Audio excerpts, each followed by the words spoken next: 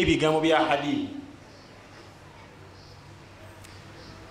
Mwana muto myaka 18 mpaka Muhammad sallallahu alaihi wasallam yatugante alaikum bil abkar, wowe nyabo wala abataba kyali emberera. Bikra ye muntu atafumbirwangako, fa innahunna a'dhabu afwaha, bayine emimwe giwoma giri fresh.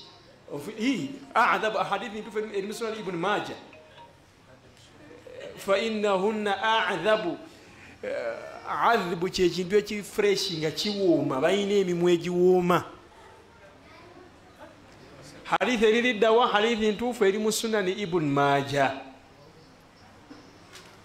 Yo ntufu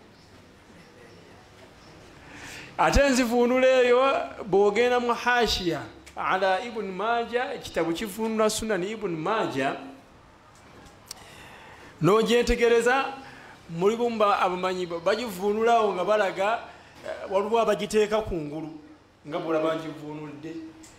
So nga ate abalala baga nti a'dhabu afwahan, bayina ebigambo ebibuuma. Mwana muto myaka 18 bayina ebigambo nga bikola ki?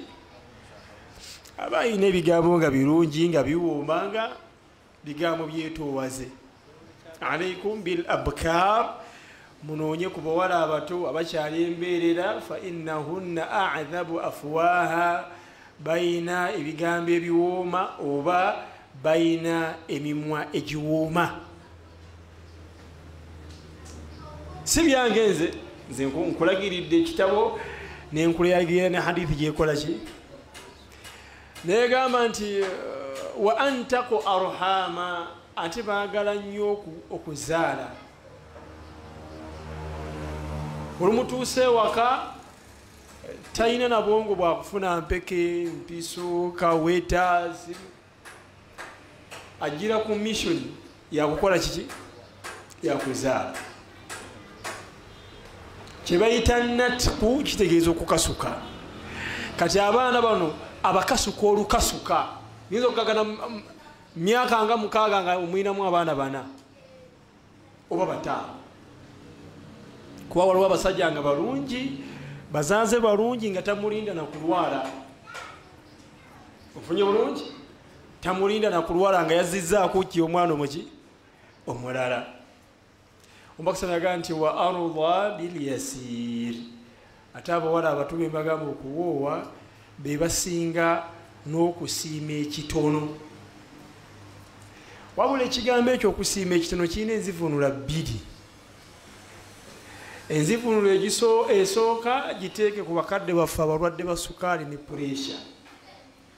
Batuuka ne bafuna obunafu obw'ekifumbo. Obunafu obw'ekiki? Kati bano abaana abato engeri gy'abatabirabangako nga byonna byalaba alaba biki? Asiima akatono ako ne bw'oba ng'olimu olwasindika njake. Hadithi ogitegedde? Hadithi ogitegedde?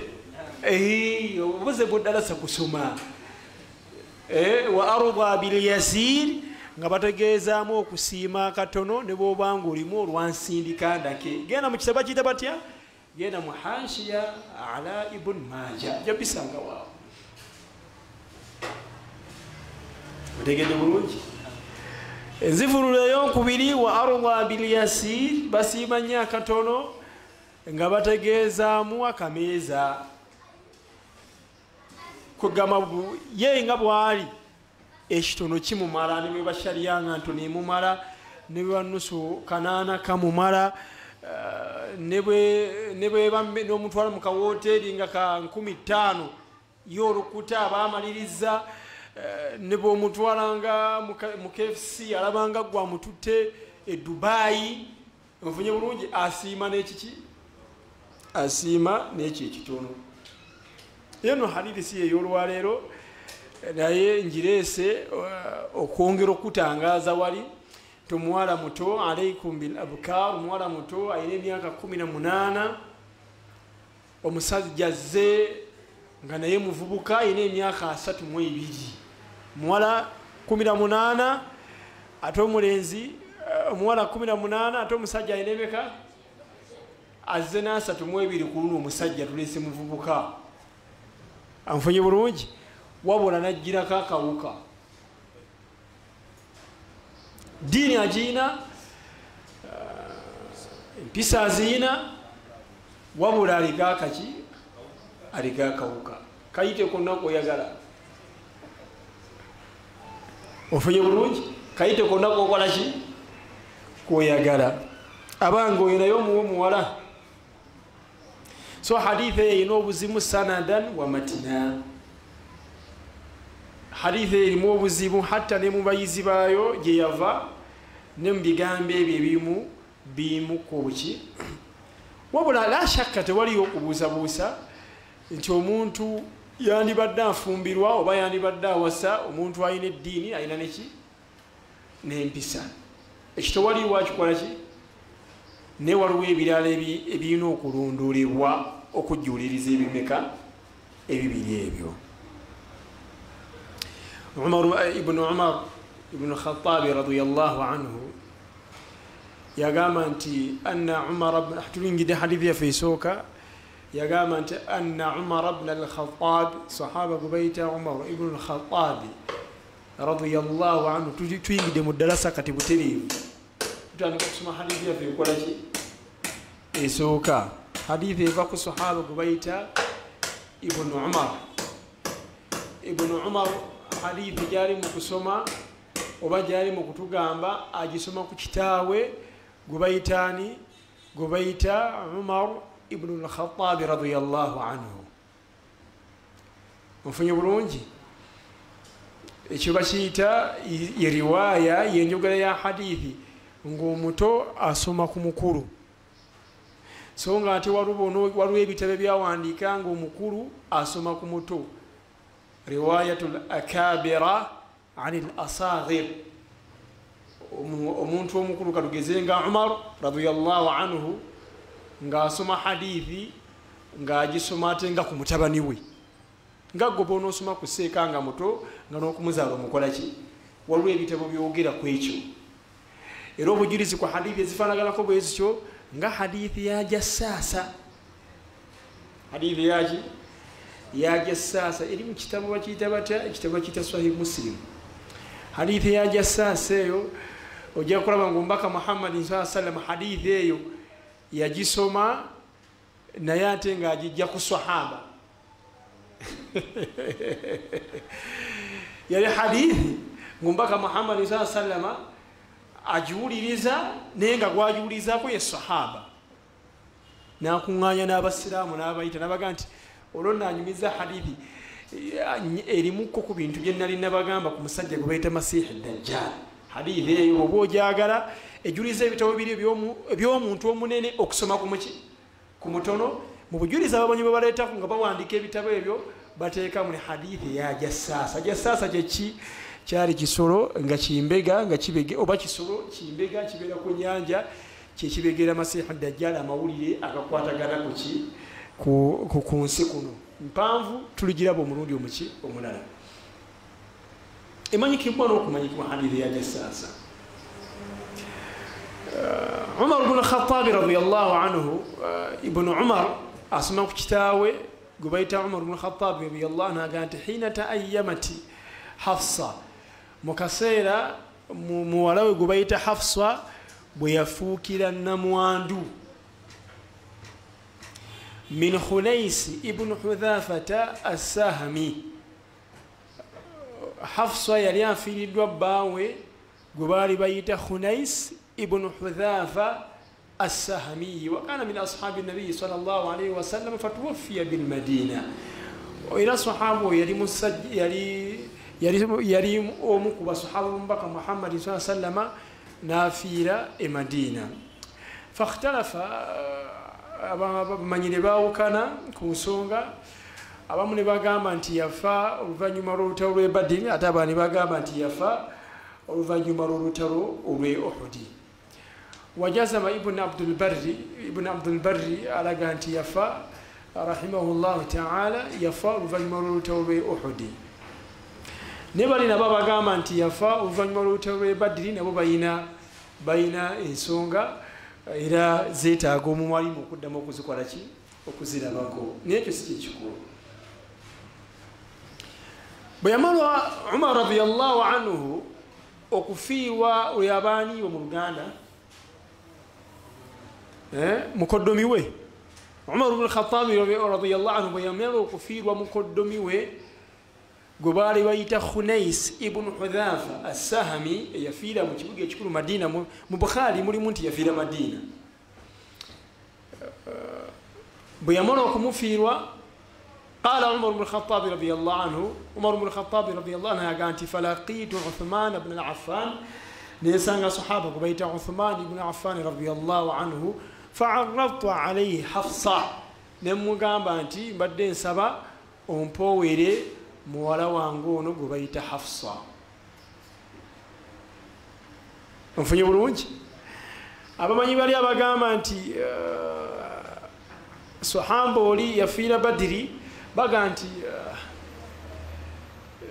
Hafsa ono bagamba nti Uthman ibn Affan n'ebintu biwanvu situgenda nnyo bigenda tubijja kutujja nnyo ku mulamu tudde ku kino.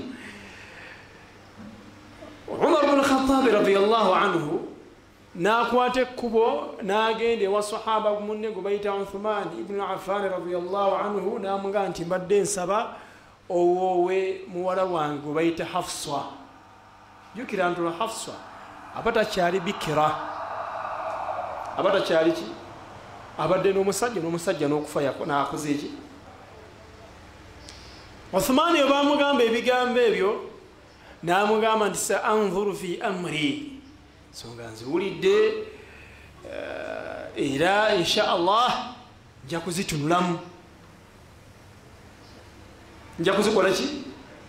Nja kuzitunulamu.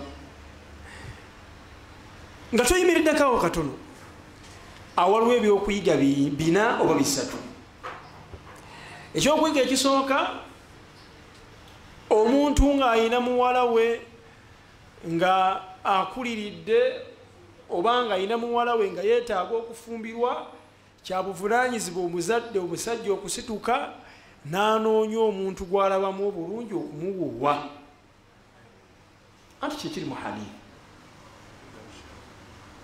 Umar musajja mulongoofu mwantiikirivu, hata bannabi we bavaako alayhimu salatu wassalaam, Abubakari n'avaako, teri asinga Umar mu maaso ga Allah radiyallahu anhu.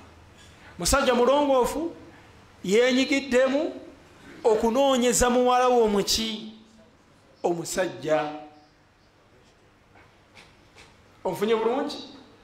Amusendera asobola okubeera nti amuwoowa.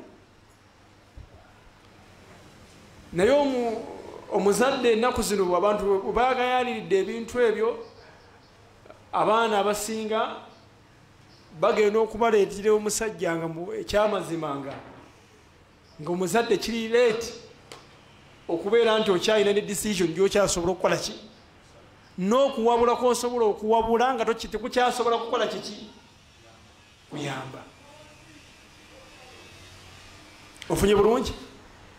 Waliwo ekyokuyiga ekyokubiri ekiri mu hadithi eyo, awo we tukyakomye, nti omuntu si nti oba kulaga omukyala ng'oga nti alhamdulillah Allah seka ojagala subhanallah seka Allah ojagala nnyo subhanallah abantu bonna bajagaliza sente olina jagaliza naye ng'oba onjagaliza omukazi alhamdulillah mashallah kaneteeketeeke nzije batuwoowe. Al-umuru tahtaju ila tuada, ensonga zeetaagamu obutapapa. Nfunye bulungi? Bantu bangi nnyo muwasizza abantu bwe babawadde mu mpa bwetyo ne mumaliriza nga mukaaba. Ofunye bulungi? Tugijjeewo ekyo mu hadithi, tugijje mu kigambo kya Uthman radiyallahu anhu kye yagamba Umar bwe yamugamba nti sa anzuru fi amri, so nga nzitegedde kanzireyo neetunulemu. Nfunye bulungi? Si nti buli akulaga omuwala nti wuno aliredde okufumbirwa gwe ng'ogenda mu kiyembe kusaza kanzu zigenda kuwoowa. Awo wonka we tukyali, waliwo ekyokuyiga ekyokumeka. Obudde tujja kujondoza nga bisatu. Waliwo ekyokuyiga ekyokusatu, nti omuntu akkirizibwa okubeera nti awa muwala we n'amuwa oyo abadde yakafiirwako omuntu, kubanga mu kiseera ekyo Uthman ye yakafiira Ruqayya muwala wa Nabbi Muhammadin sallallahu alaihi wasallam. Era Ruqayya oyo yafa ndozanga olusalu lw'e Badiri luwedde radiyallahu anha. Era mu bintu ebimu bye baanenya Uthman radiyallahu anhu aboononevu nga bamunenya nti ne lwaki Uthman oyo tolaba nti Uthman olutalo lw'e Badiri yaluliimu. Ofunye bulungi? Abamanyi b'obusiraamu ku mulembe ogwo mu basahaba kwe kuvaayo ne babannyonnyola nti oyo yali mukulwaza muwala wa Nabbi Muhammad sallallahu alaihi wasallam, ye yakkirizibwa obutabeera mu lutalo olwo. Era abamanya bagamba nti sahaba oli alabika yafa oluvannyuma lw'olutalo lw'e Badiri, baga nti ekyo kirabika kubanga noono yeri akafa olutalo lw'e Badiri nga lwakumala okukola ki. Kyemage nti ebiwanvu situjja kubigendamu. Kikulaga nti ne ssemwandu, ekyokuyiga ekyokusatu kibadde nti ne ssemwandu bamufunira omuki omukyala amukole kiki amuwoowe. Ofunye bulungi? Ekyokuyiga ekyokuna ekiri awo kikulaga empisa eri ono gwe bali mu kunoonyeza. Abawala b'ennaku zino balugezigezi, onfunira ndi muzibe, ndi muzibe. Ekyokuyiga ekyokutaano ekiri awo kikkirizibwa taata okumagamagalira, bakiyita bate mu Luganda, okumagamagira muwala we omusajja newankubadde nga abadde tamanyi, singa aba amanyi nti bw'anaamanya kinaamusanyusa. Olwo kijja kitya? Kijja nti Hafsa ayinza okuba nga yali takola ki, yali tamanyi. Nfunye bulungi? Baba yali tamanyi, ne taata we nga bw'ali ku muyiggo fa khairun wa baraka. Bw'abanga yali amanyi, nfunye bulungi, kiba kikulaga empisa zoono gwe banoonyeza omusajja zakola kiki, zayina obukkakkamu obwo bw'okuleka taata atule mu driving seat asobole okuba nga amunoonyeza omuki omubeezi. Naye abawala b'ennaku zino omuwala aleka omuntu maama we ne taata we gwe bamulabidde n'agende omulasita gwamula, musajja oyo mulabiramu atambula agooma naye musajja mulungi okwata mpola, n'aleka owa maama we n'atwala ow'omulasita oba n'atwala owa mukwano gwe. Nfunye bulungi? Okwetegereza. Tugenze mu maaso ne hadithi. Uthman radiyallahu anhu, Umar aga nti falabithtu layaliya, ne wayitawo ebiro ebiwerako. Thumma laqitu Uthman, oluvannyuma ne nsanga sahaba gwe bayita Uthman, ne mugamba nti ensonga zange ziri ku ki? Ensonga zange ziri ku ki?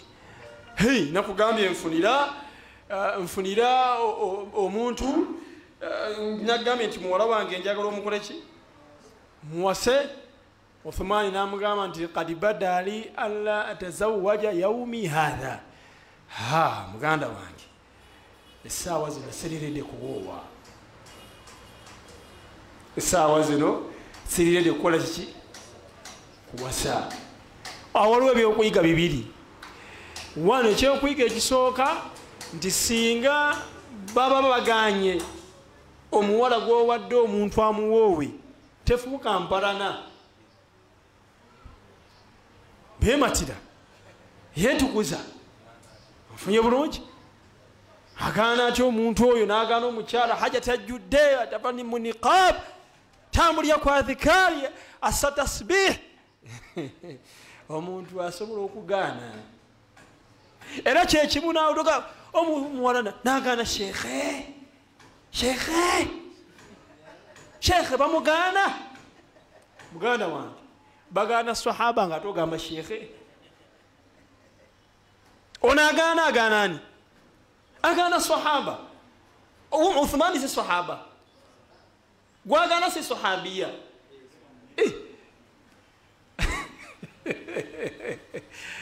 Olwo hadithi gye badde saagala kugazibwamu, olwo hadithi ya Barira, hadithi ya Aisha, Bukhari ne Muslim. لا حديث حديث ابن عباس حديث مسلم البخاري مسلم البخاري wabula ina amakubo mangi ni Bukhari Muslim ejja wabula kapati kenjaga kali Muslim Bukhari waliwo omukyala bali bamuyita Barira radiyallahu anha yali mukyala nga muzaana oluvannyuma ne bamuta n'ava mu buzaana no yali mukyala nga mu kiwale nti muddu mujoza y'Oluganda oluyingo olutuufu yali mukyala nga muddu ne bamutta n'ava mu buddu n'afuuka mwana w'aboobwe so nga ate bbaawe naye yali muddu kati omuddu n'omuddu obeewasa singa bataako omukyala ennamula y'obusiraamu ekyukamu kyala bamugamba oliredde okusigala eriwo wamuddu oba osobola kati okufuna ku banno ranka erinnye kufuna ku bantu abatali mu buddu ofunye bulungi kakati Barira radiyallahu anha eyamugula yali Aisha radiyallahu anha bwe yamugula ennamula y'obusiraamu ng'erina okuvaayo baayo gwe baali bayita Mughith namuga nti mukwano bebi mbadde nsaba ffenna tubadde baddo yadde ojjulukuse ku ddaala mbadde nsaba obufumbo busigalewo buleme kufa tondeka tubadde ffenna mu buwejjere tubadde ffenna mu buki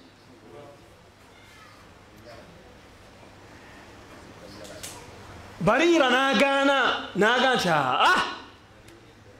ddala lyakyuse njagala musajja kati mulala njagala musajja muki sahaba pressure nezimukwata stress nemukwata bweti n'agoberera abadde mukyala we okumanyanga sahaba yennyika n'anyolwa n'aggwayo ombaka Muhammad sallallahu alaihi wasallam ibn Abbas aganti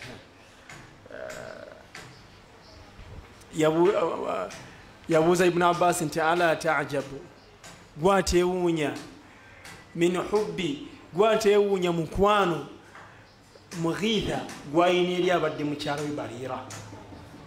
Ibn Abbas agamba nti wadumuuhu tasiru omusajja atambula amaziga gamuvaamu kikulaga nti omukyala abalongoofu bamukabiranga kola okumukola kiki era bw'osanga omuntu ng'akaaba nga mukyala bamuleze nga badde musajja musiraamu alina n'ekibu togaa nti abakyala bamuloga ne waliwo ne sahaba eyakaabanga ekimukabya mukyala sahaba gwe bayita Mughith akaaba nga mukyala wamukola ki kaloma kusaba yalabanga kisusse musajja atambula akaaba kwegayiridde Barira tondeka nga atambula butambuzi bwati Mbasallama ngeri gye yali nti mugatta bantu n'abayita ababadde abafumbo abameka ababiri namugamba nti Barira jangu Barira n'agenda omubaka Muhammad sallam n'amugamba nti law raja'tihi omusajja singa kale muddiremu leka kumuleka musajja akaabye Barira we mukyala mugezi radiyallahu anha yamugamba nti ta'muruni ya Rasulallah ondagira bulagizi nkole ngendere ku kiragiro kyo munzireyo lwa kiragiro kyo nenzo omutima ogwange gubadde tegukola ki nzire lwa kiragiro kyo makisanga nti la siragira naye mbadde nkola kiki nsaba Barira yamugamba nti ngeri gy'ogambye nti obadde osaba siriredde era ya hadithi eri Sahih Bukhari ni Sahih Muslim mpaka Muhammad sallallahu alaihi wasallam yagamba nti ishfa'u faltujaru gwe jasi wolereza omuntu gwofuna empeera za kuwolereza ngombaka Muhammad sallallahu alaihi wasallam yakola ki gwe tabikwata ko oli gwowolereza bamukkiriza oba tebamukoze eki oba temukoze ekyo makisama yawolereza niyo okuwolereza kwe omukyala n'akola ki tekitegeeza nti yafuna mpeera za kukola ki so lwaki tuzaawo okujjamu faida ebadde wali egamba nti sahaba ono Uthman radiyallahu anhu yagaana naye nga gwagaana ki sahabiya abantu bangi nnyo bafunye empalana nga zivaawo n'osanga empalana mu bamaseeka Sumaya ya ngana atya nosanga empala mu bayizi gundi oyo yaŋŋaana obitegere bulungi omuntu asigaza ne right egaana omuntu bimukola ki ekyokuyiga ekyokubiri ekiri mu hadithi eyo omuntu wakusabamu obudde okulaba mu nsonga obudde bumuwe obudde bumukole ki bumuwe Umar radiyallahu anhu teyayimirira okugamba nti nze gwotamanyi omumanyi nze Umar ibn Khattab radiyallahu anhu omumanyi bulungi muwala wange gwotamanyi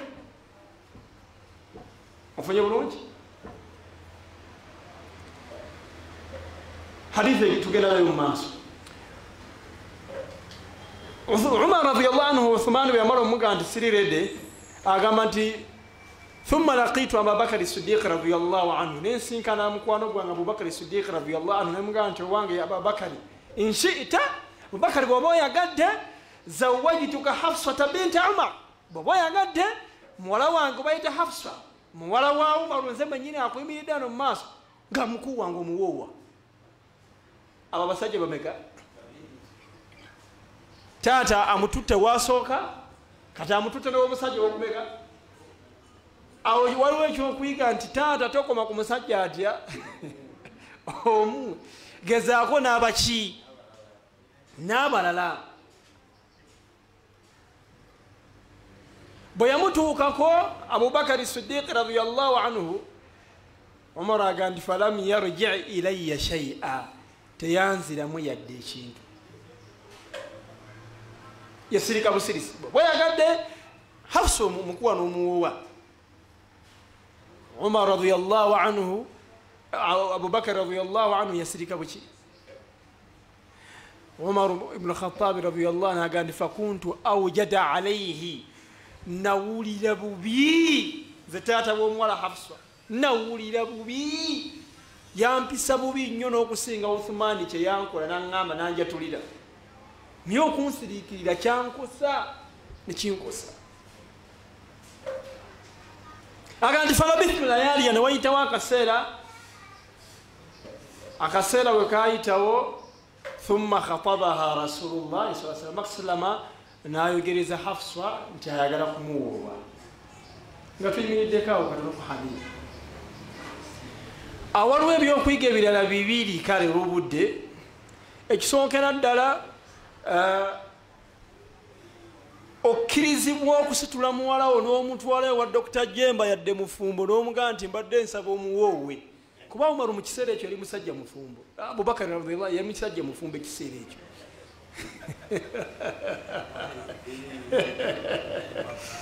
abitegedde bulungi yali musajja muki yali musajja mufumbo tekiri mu hadithi teyali mufumbo Abubakar essaawa ezo yali musajja mufumbo si yali azaala Aisha radiyallahu anha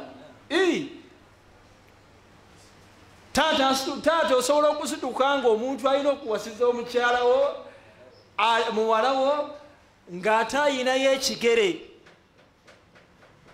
ofunye bulungi ng'ayinayo omuki omukyala nga muwalawo omuwayo nga mukono gwagumeka nga mukono gwakubiri ngayo bakikola kwani kikulaga nti basahaba mu kugaba bawala baabwe balinga tebalina biki tebalina birere naye kati olwaleero njagala mukono gusooka guyinza okukubula guyinza okukola ki guyinza okukubula ekyokuyiga ekiri mu hadithi eyo ekirala nti okusirika naye ebeera reply omuntu bwakusaba ekintu n'osirika singa osirika mu kaseera kabadde ayagaliramu ekintu kitegeeza nti omwanukudde olwo hadithi Sahih Bukhari ne Sahih Muslim mpaka Muhammad sallallahu alaihi wasallam bamugamba nti yagamba nti temugezangako ne muwaayo abawala abati abakyali embeerera abatannaba kufumbirwa paka nga mumaze okuwulira ansa yaabwe tustaadhan mumale mufunako olukusa naye nga nti ya Rasulallah inna albikra tastahi omuwala tawoowebwangako ng'aba ayina ensonyi nnyingi nga tasobola kwogera tutegeera fakaifa ridauha tutegeera tutya nti asiime naga nti ridaha swamatuha bwasirika tumanya nti akkiriza bwasirika tumanya nti akoze eki Maryam wangi salamu alaykum alaykum salam amasimbi aluwali abadde ayagala akugatte mu bakyala be ngeno ganga Maryam akola atya yekwata bwati mu maaso nayingira mu kisenge mfunye bulungi ugeno mulaba ali mu kisenge ali ku kitambaala kyakikola ki akitunga mumukwata bukwasi masimbi nga ali wali nga mumulaga bwe muti nga mwesirikira era tekigaanaawo taata kutandika kutegeka muki mukolo nga wayiseewo akaseera waliwo okusirika okutegeeza nti okoze eki nti oyanukudde ku nsonga onfunye bulungi omubaka Muhammad sasaba yamala okwogereza Hafsa namuwowa Abubakar yali musajja mugezi agandi falaqiyani Abubakar inasinkana Umar radiyallahu anhu namuga nti la'allaka wajadta alayya ha Umar sokoje olinga yanyigira hina aradta alayya Hafsa wangamba nti mpowe muwala okubayita Hafsa falam arja ilayka shay'an nesikuddamu olabika wanyigira munjogera envubuka baga nti olabika wafuna akasajja kuki olwokuba wampa muwalawo nenkola ki Umar radiyallahu anhu aga nti nanyiga ng'omuzadde nanyiga namuga nti ama wallahi nkulayira lam yamna'ni teri kyaŋŋaana kukkiriza Hafsa kumuwowa illa anni qad alimtu jasi namanya nti anna rasulallahi saa sallama dhakaraha nakimanyako nti omubaka Muhammad salama yamusinyizaako fala mutarakaha abakumuleka kabiru twanandibadde nzikiriza nemukola ki nemuwowa awo nno waliwo amateeka g'okwogereza omubaka Muhammad saa sallama yaga nti wala yakhutubu rajulu ala khitbati akhihi omusajja tagezangako n'ayogereza nga ne munna ali mu kukola kiki era etteeka eryo olabanga lisinga kukosa nnyo ate abakwana anti waliwo enjawulo wakati w'okwogereza n'okukwana obadde kimanyi ekyo etteeka eryo abakwana buli bwaliwulira yeesundamu n'okwesundamu kanyaga nti awo no seeka bukyanga asomesa awo wennyini Sulaimaani yanyingirira juuzaawo afunye bulungi akwana ye bamuyingirira butereevu nnyo ebibe abamupalapasi na peregesi afunye bulungi wabula obusiraamu gwe bwagaana okuyingirira yoyo ayogereza omukyalo olwogereza olw'eshariya n'ogende wataatawe n'oggulawo debate okwogerezeganya nabo ku nsonga y'okuwoowa muwala waabwe era bo bavunaanyizibwa okumukuwa n'omulaba nako balabawa feesi bibatu n'ebigere bw'ogamba nti awo sekanze nga ndaba tekimala awo oba osobola okufunayo k'omu ku basisita bo n'alabako ebitundu ebirala by'okola ki byewandiyagadde naye ono ayita wali mu kkubo oli n'amutandiikiriza abadde atunda mobile money yawo oli n'amutandiikiriza naawe nodda olweggulo naawe n'omuddamu nfunye bulungi buba bukeera ku manca waliwo amusookerako awo kogawa ne mubeera nga omuwala wa mobile money alina abasajja bameka alina abasajja bana ne muvuganyaawo mu kumuwaawo obulabo oli awaayo ebirigo owaayo kakaaga oli awaayo 5 oli atona simu gwokyaliku 5 ofunye bulungi kati ebyo byonna byonna abaperegesi kika kya palapase abusibe bwogerako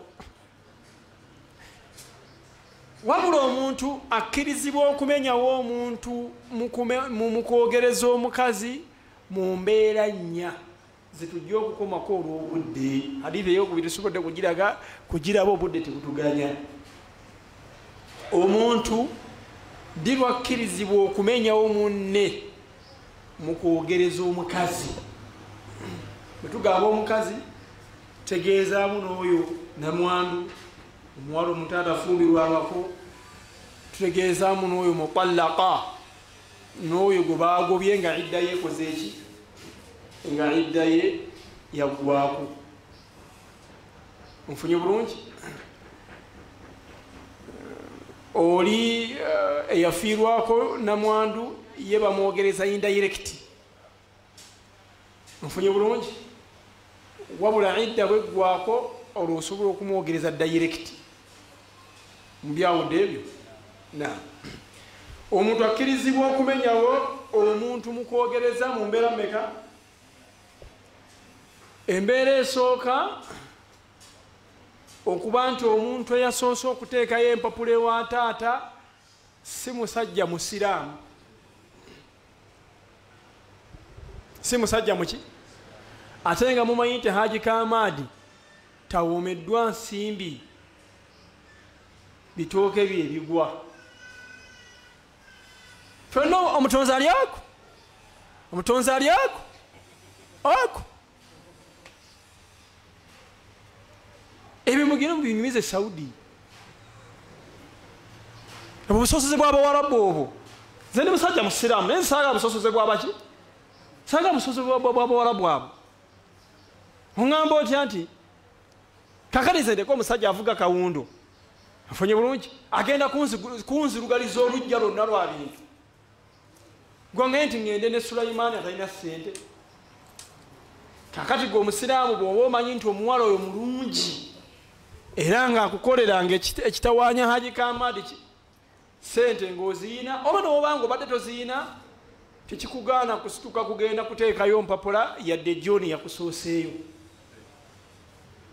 oyo tagwa mu hadithi takugaanisa kumukukola ki genda ovuganye naawe era taata olukutaamu katono nti weeyabye n'amukuwaamu awo nti gwennyonnyoleko nze sigaana waliwo wakawundo ye Peter naawe ojjidde ku bigere yegwa Muhammad ofunye bulungi sagala ogaanye nti abasiraamu mbakola nze nange ne musajja musiraamu ne bwakukkiriza fa khairun wa baraka bw'aba akuganya John afulumye eggaali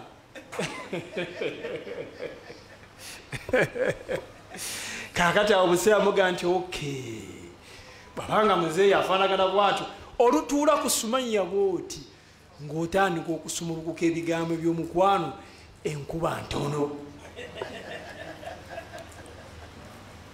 kankati ate anti wakuba Peter ono naye Peter yabadde yazze ng'otandika Allah emugabirizi munnange ng'onnyonnyola okitegedde bulungi ng'onnyonnyola naye kati gwe kinaakusanyusa okubeera nti nze ndi musajja kukimanyi sitamiira kimanyi bulungi nze buli kaseera omutwe gwange mulamu funye bulungi ate waliwo nze obuseera mu byanziyiza okulya olaba nabyewala kitegeeza nti nja kwewalana nnyo n'okunyiiza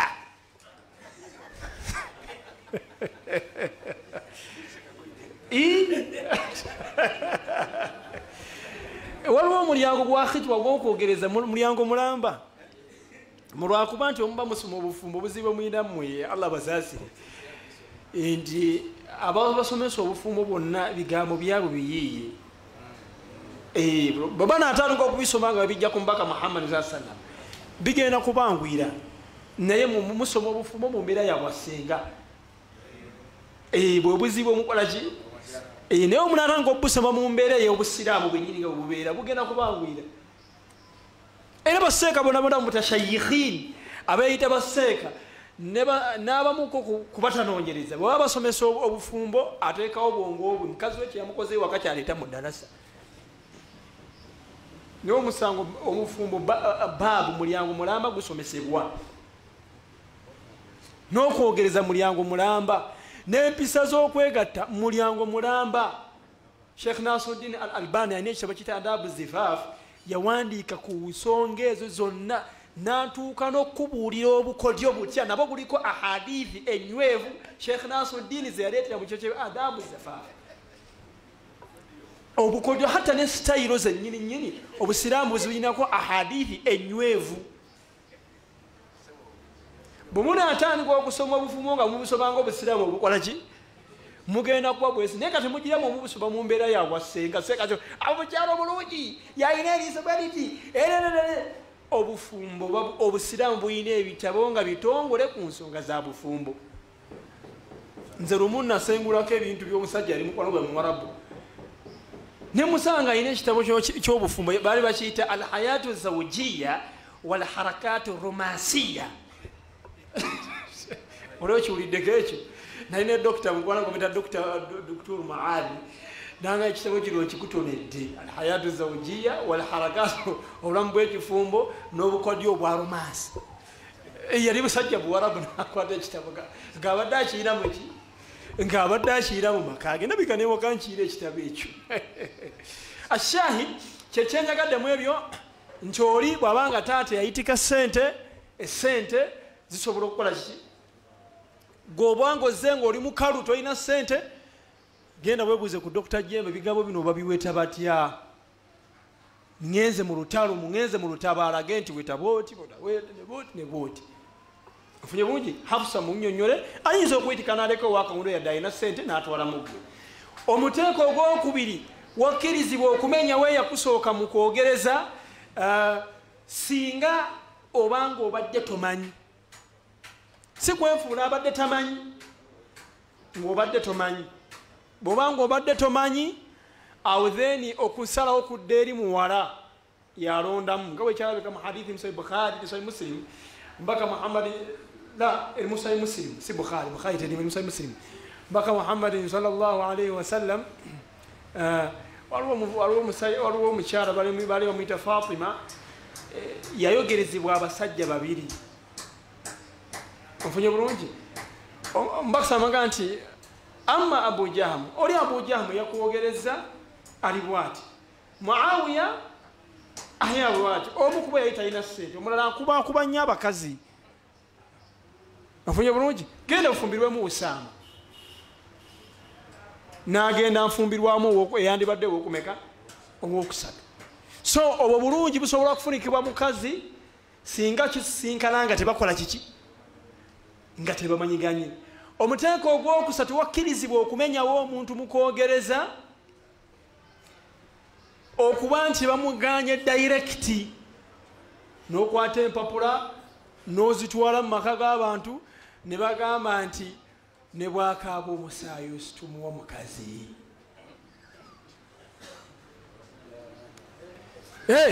idha jaakum bwaba bajjidde ng'eddiini mugisiimye n'empisa muzikoze eki hadisi egamba etya mumuwa omukazi mmwe nga mumumumma singa muba muyina ensonga ezikola ki ezesimba kuba waliwo ebisongasonga ebiweebwa ate kati munuddize zirina okubanga ensonga kosinzidde okumumma nga zikola ki akabaate kaliriddawa ku muwala kumusiima gwe taata nga tolina nsonga ya shariya ekuviirako kugaana muki taabu nebezze obuyinza buyinza okujjulukukako ne bunoonya omuntu omuki kabaate nnyo omuwala okusiima omusajja era bwolaba mu bakweke singa amusiima n'amukola ki n'amusiima n'agamba nti nze mukoze eki nze musiimi olina kuleeta nno nsonga za simba okumugamba nti sigwe oba ofumbirwa ofunye bulungi kuba oyinza okumuleetera omulanga bwe gwomuleetera amukoze eki ensonga ey'okuna ziri za mmekezo satu ey'okuna dirwakkirizibwa okumumenyawo yono kuwa gahed nagamba musiraamu seka Sulaiman wangi njogereza Aisha ebbanga lya myaka eki emyaka emeka ebirabo byonna byonna mbiwaddeyo abiridde naye agaanye waliwo amasala agabo basobola obufuma amasala g'okuzza ebirabo gumanyi nti omuntu bamuwa ekirabo tebakimugjaako mukwogereza kisobola okudda kijje ku nze mukwogereza ekirabo kisobola okudda singa kizuuka nti omuwala yali muyaaye omuwala yali muki yali muyaaye abadde nga ali ebintu bya munne naye nga takola ki naye nga ali mu bintu bya kiyaaye hatta ne bino bye mubuuza mu muddiro wali nti ebintu tubirye lindamu okubirya sooka akakase nti obufumbo bunyweddewo tomala galya biki kujjako ng'olyaga nti yadde embeera nga bweri ebeere nga bweri bye mubikole ki ehi waliwo ebirabo ebidda toga nti buli kirabo tekikola kiki nyina mukwano gwange era asomera buli gembe mukazi yamukyawa nga amwogereza olwogerezo lw'eshariya namugaa nti munnange shariya erina wetuuka ekiseera nenga nti ewange nekibanga kuba kati n'omwogereza mu mbeera nga ya halali funye bulungi nagenda apaala n'omuvubuka amukwanidde mu kkubo omutaddemu emmotoka omuwadde kawundo afunye bulungi kawundo ogimuwadde amashariya amapya agamba dde alina amasawa alina laptop ebyo byobola byakolera ku university fees amuzza yes fees amuzza